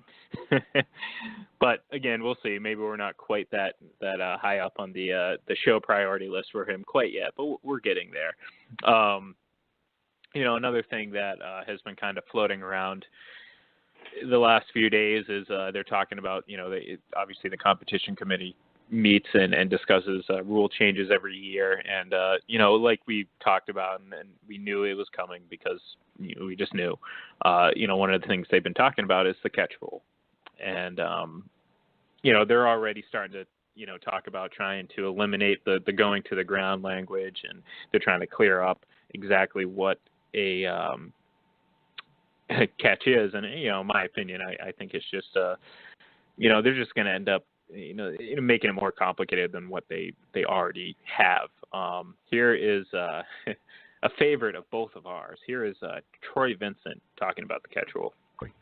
So the third, if you just, when someone says today, define what is the criteria of a catch, and as you've referenced, Rich, control, 2 feet, and the ability to perform a football act, which could be an elbow, and the Calvin Johnson, where he had control, 2 feet, and he actually hit the ground where he was turning, but he was turning under his own ability.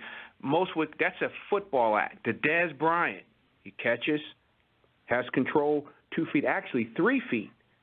He extends, which is a football act. So that motion of a football act, which actually mirrors what the college rule says, we felt like when we asked the question, should Dez Bryant, should that be a catch? Do you want that to be a catch? When we asked the fan, the player, the coach, the Jesse James, do you want that to be a catch? The Dez Bryant, do you want that to be a catch? And then we just began mapping the language that would constitute, what does that mean? Control in each one of those situations, 2 feet down, and then the ability to perform a football act is how Coach Payton and Coach Tomlin continue to express the ability to perform a football act. So that's the language that would make the Calvin Johnson play that we've seen over and over a touchdown. That's what correct. The language is in there That is for? correct. Okay. That is correct. So then, because I know the way you and the rest of the competition committee operates, what do you think the unintended consequence might be of this new rule? Troy? Don't over-officiate, and this is something that we talked to the game officials that was with us in Indy and here with Al and his crew here. It is the time element is something that just got people, well, what is time? What constitutes time? Because before we used to say control, 2 feet, and the time element. Mm-hmm. Now it's... So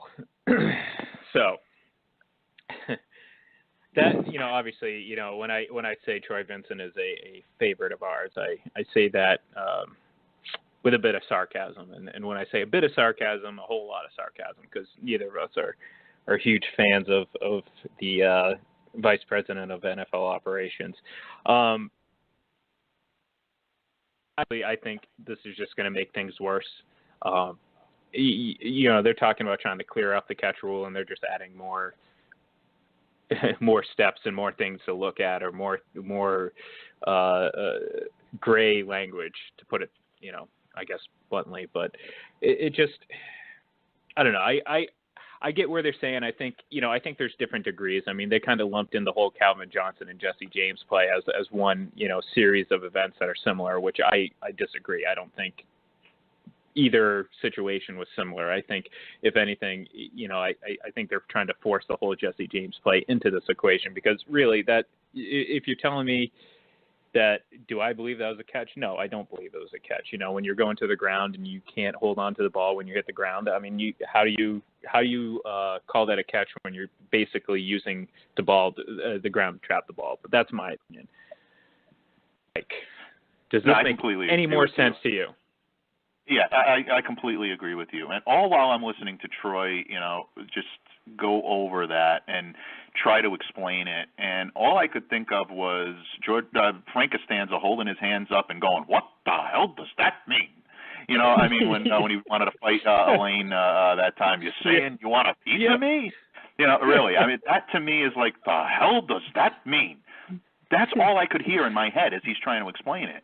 And, yes, control of the ball 2 feet down, or I guess the proposed rules are saying 2 feet down or another body part, which, okay, that's probably going to throw a wrench into a lot of it as well.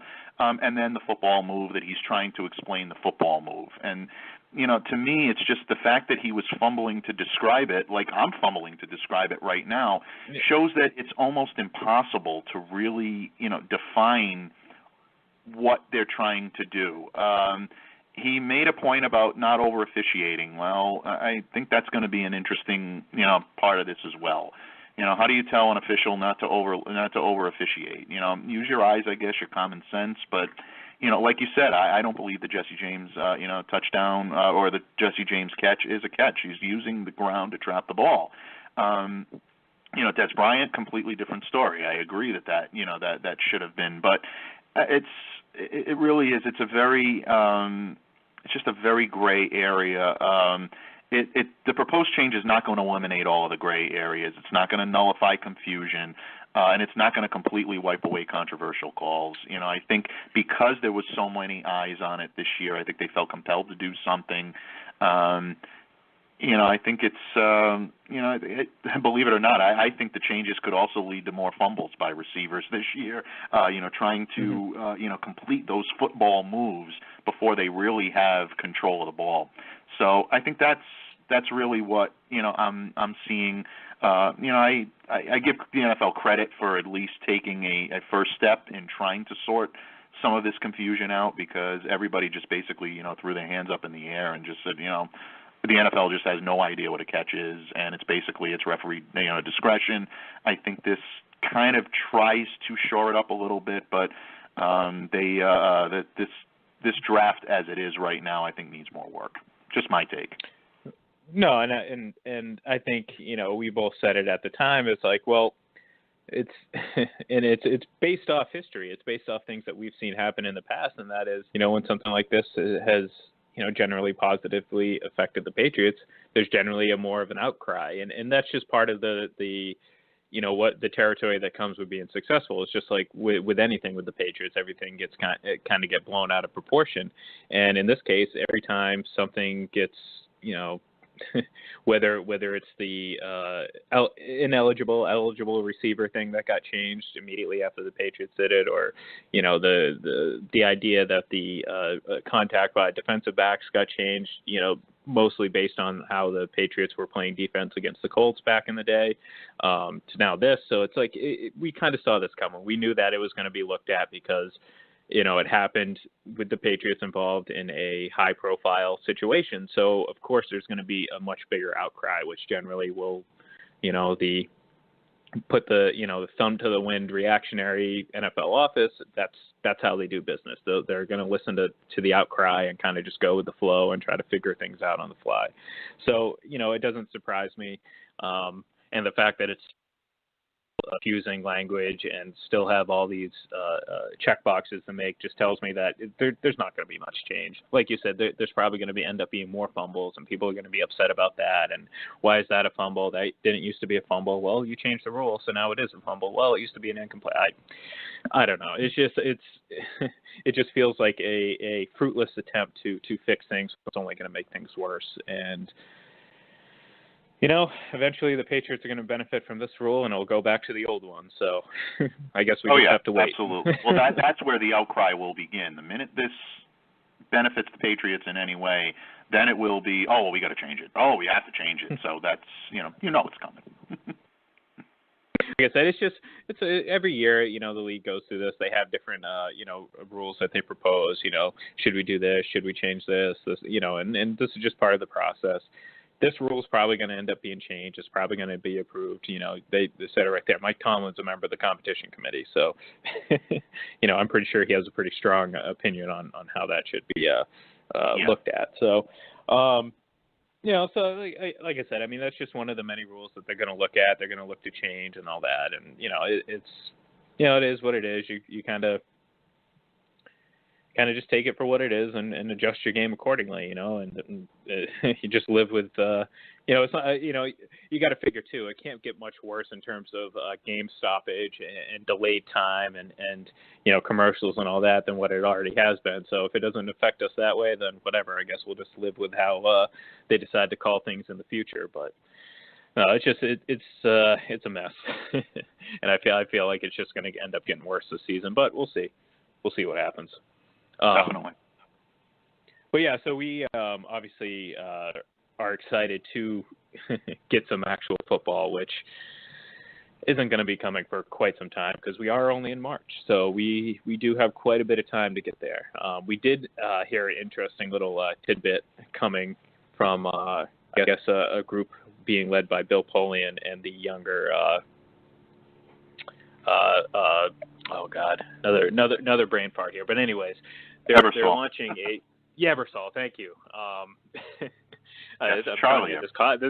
Yeah, exactly. The younger okay. of no worries. No, hey, like I said, the coffee hasn't quite done its job this morning. I've had to go a little overboard this morning. But yeah. So anyways, and I'd like to see what Vince McMahon's reaction was to all this. But they are planning on launching a spring football league in the spring of 2019, which would be 1 year earlier than the XFL. So I just kind of wanted to get your initial reaction to that, and I just want to let you know that Bill Polian is involved in this. So you know him. He had a first-round grade on Tom Brady, but decided not to draft him.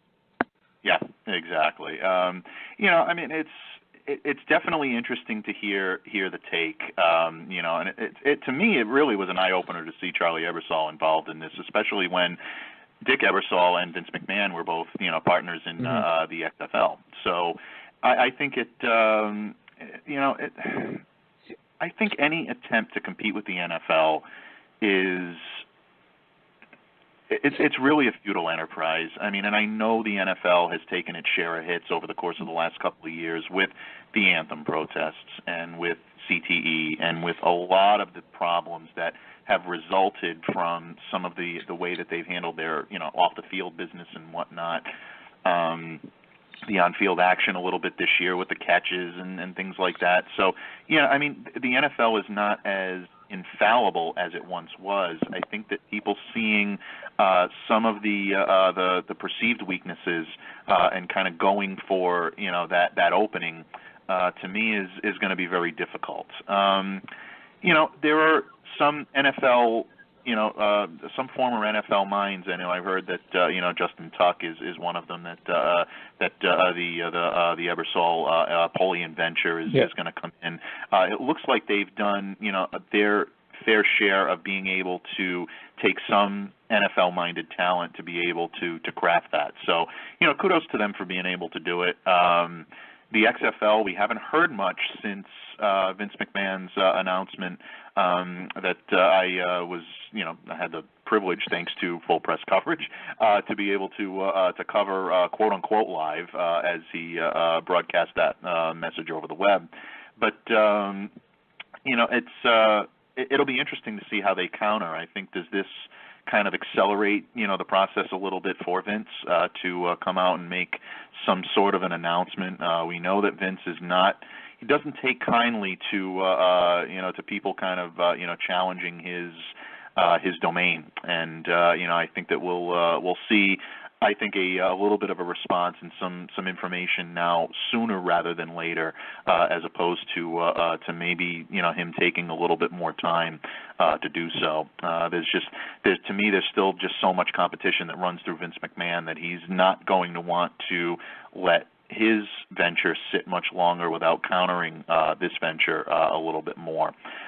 Even though in his announcement he was much more tempered, it was much more of a subdued announcement than the first time around with the NFL, with the XFL. I think this time you saw a little bit more temperance in there, but this could get that going again. So we'll see. We'll see what happens. It gives people an alternative, that's for sure, a little bit to see in the off seasons and when the NFL isn't around. But I think ultimately with both of these, I think to compete with the NFL and hope to topple the NFL, I think it's going to be very, very tough to do it. No, and you can even, just in the announcements, the XFL had said that they don't really have a plan for cities or teams or anything like that yet, or even a TV deal at the moment. However, it's the Alliance of American Football has said that they already have an agreement with CBS. They're going to be announcing teams and cities in the coming months. So they're clearly much further along in the process than the XFL. So, for Vince, he would, like you said, if he wants to kind of put things in motion, he's going to have to kind of really pick it up because, he's well behind where they are right now. But, like you said, ultimately competing against the NFL, if that's the ultimate goal, then, the venture is probably going to fail. If it's somehow to align yourself along with the NFL, to something along those lines, then then there's a little bit more of a rosier outlook for either league if they do it right. So it'll just be interesting to see how it all plays out, and who knows, maybe they'll figure out how to call a catch or how to not make rules so complicated that the common fan doesn't understand. True. Yeah, very, very true. And it's a very good point that you made about Polian's venture, about being much further along. That definitely is an eye opener. Although, if you see the NWO show up at his office, it could be a problem. Vince might be sending them in there to kill it, as he used to say. I think. I don't know. I never count out Vince McMahon out of anything. I don't know. Maybe it's just the old wrestling fan in me that just does not want to die, does not want to go away. But it's always fun to see how Vince is going to respond. So I'm looking forward to that. I want to see how he's going to respond. Oh yeah, no, absolutely. I'm actually, I know it won't happen, but I was kind of hoping for like a promo, something like that, like a big jumbotron video of him sitting there, coming out to his music, all that stuff, But just like you, that's that wrestling fan in me. So yeah, exactly. Yeah. Well, I think he has to be. I think he has to come across this time. I think that's what ultimately was a problem with the XFL, and we touched upon this even last week when we were speaking about Stone Cold Steve Austin and all that, and we kind of trailed off into wrestling. But I think that's what one of the big problems with the XFL was. What? Man, that was great. Never getting rid of that one. Yeah, exactly. But I think that was one of the big problems with the XFL right off the bat, is that I think there was so much cross promotion, and it came across like, well, he's just bringing the wrestling ring to the gridiron, and immediately it gave a lot of the media and the pundits and people that just wanted to tear Vince down so much ammunition to be able to do it, having The Rock show up at halftime and, and things of that nature. I think it intercut, those two entities, so much that, it took away from the credibility from what you would see on the field. And, while the product was, so-so, and I'm probably being generous when I say so-so, but, there were some talented players in that league, Tommy Maddox and, there were people that were able to, put a little bit together and make, some waves about getting jobs in the NFL. It'll be interesting to see if that also happens to be the case this time around, but when you add a lot of competition, it tends to make things better. So we'll see. And we'll also see what this does to the NFL as well. If it kind of wakes them up a little bit and really kind of forces them to be the dominant the sports organization that we've seen them be the last few years in America. So definitely always fun times. Well, I think the other thing. Oh yeah, no, it definitely gives us plenty of stuff to talk about. No, I was going to say one of the other things too is compared to 17 years ago, there's many more options in terms of getting the product to the consumer. So whether or not the XFL ultimately gets a big market TV deal or not, they'll still have options to get the product out there. And, right. Whether it's online, via streaming, whether, what have you, and the multiple other, obviously they have, with World Wrestling Entertainment, they have the network themselves where they broadcast all their stuff, all that stuff. So there are options. So there's a better chance of success. And if Vince has humbled himself a little bit and doesn't bring the theatrics to the sport, there's talent out there. I mean, I don't know what the stat was, but they were talking about it during the announcement for the the other league, that only 1,700 out of tens of thousands of NCAA athletes make it to the NFL. So there are talent out there, and they're looking for those diamonds in the rough. What if the Patriots never scouted Malcolm Butler? You know what I mean? Like, where would he be right now? So it's just one of those things where it's like this time nowadays it might be easier in terms of getting the product out there and marketing it. Whether or not the fan wants to consume more football in the spring, it remains to be seen, because it has to be a good product. And it's hard to overnight build a loyalty from a fan base when you have brand new teams with no history, no nothing. You kind of just have to force yourself into it in hopes of eventually catching on and really growing through the years and so forth. So, like I said, it'll be interesting to see. I think everyone will obviously tune in because of the people involved, and of course, people are going to want to see what it's all about. So they're going to really have to grab people's attention from the get-go. There can't be any delay. It has to be instantaneous, or it's probably going to fail. Yeah, well said. No, so we'll see. We'll see what happens. Maybe we'll be having 12 months of football year-round. Maybe the only downtime will be July. Could be. You never know. It's stranger things have happened, and that's a good point. What you said about having so many mediums, about being able to bring products to a consumer, that will definitely, I think, benefit both of those ventures as they move forward. because I mean the NFL definitely had the stranglehold before, and I know Vince had the TV deal with NBC and the partnership with Dick Ebersol, but this gives them a lot of options. So we'll see what happens. I mean, some of the most popular shows and stuff like that are on streaming services. Not even cable anymore. So, I mean, it's a brave new world now, and one that I think could help to benefit any type of these new ventures. Again, I've said right from the get-go, I don't think that anybody's going to be able to really compete with the NFL. But if you give an alternative, it can really, it could end up, making them be something that that people do want to watch. So we'll see it. No, hey, I agree. But we do want to say once again that we're very thankful to have Erik on earlier today with the talk about the Bruins alumni game and everything like that. That was a great time to get some publicity out for his organization, and we will have the links up and everything on the website, so you can go to fullpresscoverage.com/radio and you'll see it right on the front page. It was great talking about it, and I'm a little bit jealous that you get to go to the game tomorrow night, Mike. So I know I know you're excited to be able to bring it to us, and I am I'm eager to see what you bring. So no pressure, but it better be the best damn recap that I've ever read. Yeah, no, that definitely. I know you'll be living vicariously through me tomorrow night. But all kidding aside, it really is. It's an honor to be able to cover an event like that. And again, Ian said it perfectly. We thank Erik for coming on today.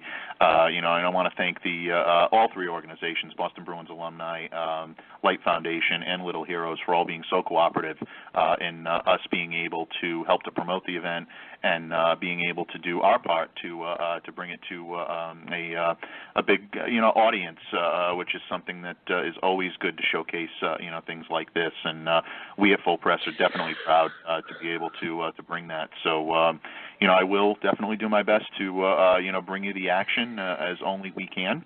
And thank you for the opportunity yourself, my friend, for giving me that ability to go ahead and pursue this as a story that our Full Press audience would find interesting. So I want to thank you for the opportunity as well, and should be fun. We'll look forward to it, and definitely looking forward to a great week ahead for Full Press as well. A lot of new initiatives and a lot of great content coming our way. So I'll let my friend and esteemed colleague just kind of go ahead and run down what we can look forward to in the week ahead for Full Press. Well, we are, so far, we just passed the midway point in our first-round mock draft with the Cardinals and Ravens picking yesterday. And today we have, to end the week, we have the Seahawks and the Chargers, one of your former stomping grounds, quote unquote, virtual. Yeah, virtual absolutely. stomping When I was a bi-coastal managing editor, big shout out to the managing editor of our Chargers page, Thomas Hurd, good friend, great writer, and excellent football mind. So my eyes will definitely be squarely on Full Press today to see what the Chadges do out in LA. Trying to steal back some of those headlines that have been really given to the Rams, and justifiably so. There's no question about it in terms of what they've done, but I'm looking forward to that. Oh, absolutely. And if you've missed any of the picks that we've made thus far, and I just want to point out some of the earlier picks were made before the Jets and Colts swapped picks, so take that for what it's worth, but you can go to fullpresscoverage.com/mock draft, and you'll see everything right there. You'll see what picks are coming up and which ones have already been made, so you can follow along, and we will pick up with the 19th and 20th pick of the draft on Monday.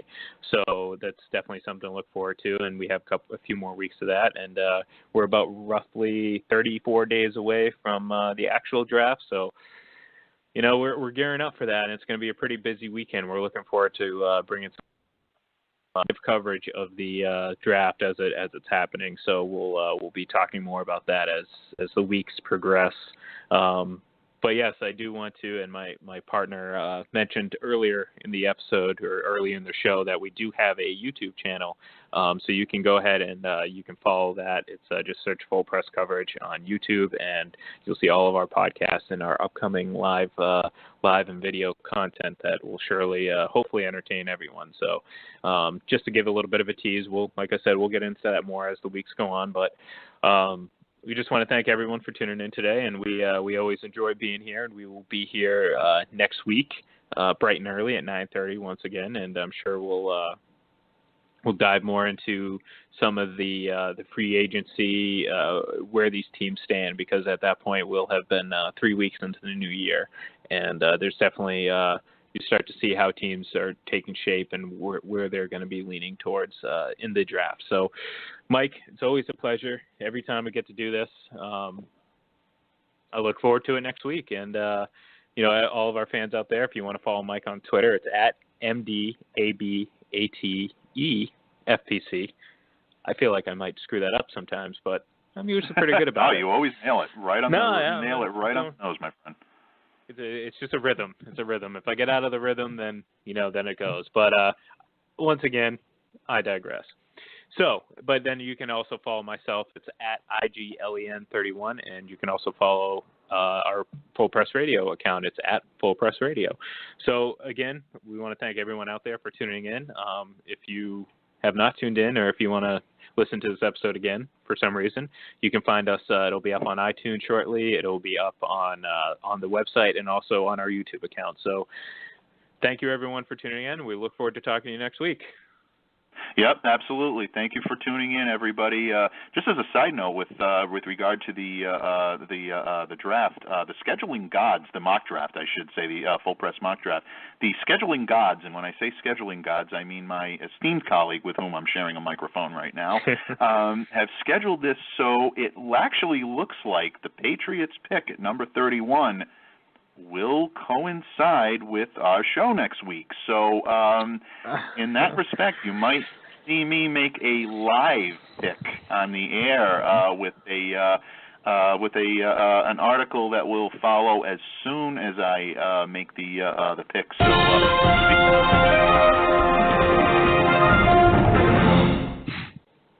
oh, that sounded regal. Wow, that was an excellent job. That was a dynamite drop-in, honey. Hey, I've been dying to use it. Unfortunately, I don't have any breaking news to share. Well, you had to use it on someone like me. I mean, that's a pretty big letdown there. I figured that was. I am honored by that.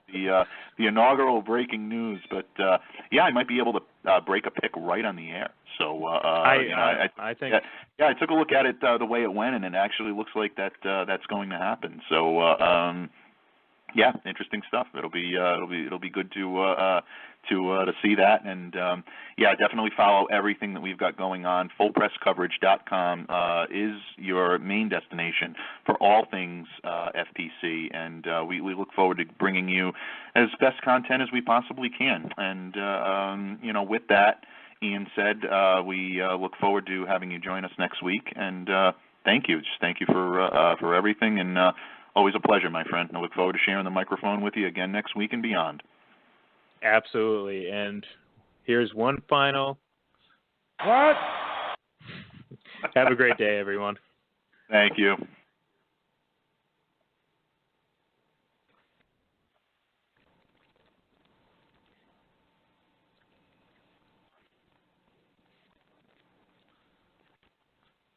Easter is coming up, and I just can't wait to have the whole family in one place. And of course, what's Easter without an awesome Easter brunch? Now, I don't know about your family, but mine is a little picky, and I really wanted to impress them with something delicious. A friend told me I should check out Total Wine & More. It was crazy. They must have every wine, beer, and spirit imaginable. I told one of their friendly experts my situation, and they found me just the thing. This sparkling wine is going to be absolutely perfect for brunch, even with my picky family. I know next time I need something, I'm shopping at Total Wine & More. Easter is coming up, and I just can't wait to have the whole family in one place. And of course, what's Easter without an awesome Easter brunch? Now, I don't know about your family, but mine is a little picky, and I really wanted to impress them with something delicious. A friend told me I should check out Total Wine and More. It was crazy. They must have every wine, beer, and spirit imaginable. I told one of their friendly experts my situation, and they found me just the thing. This sparkling wine is going to be absolutely perfect for brunch, even with my picky family. I know next time I need something, I'm shopping at Total Wine and More.